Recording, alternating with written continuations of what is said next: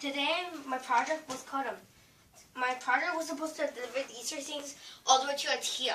Each block equals 20 points, and you can have the maximum of 60. What it's supposed to do is this gate is supposed to open with this button, and then it's supposed to pick up all these blocks. After 10 seconds, it's supposed to close and drive back. And then I'm supposed to use these two touch sensors as remote controls to drive this thing all the way to IKEA. Let me hold you for a second.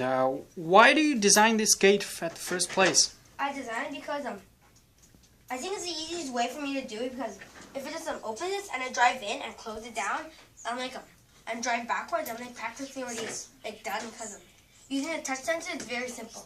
Okay, so to be short, you designed this gate so that you can deliver 3 pieces of that block? Yeah.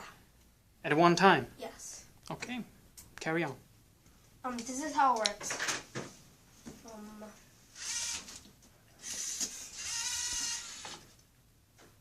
And then I have to wait for 10 seconds for it to... So after it closes, it will drive back. Okay. Okay. There.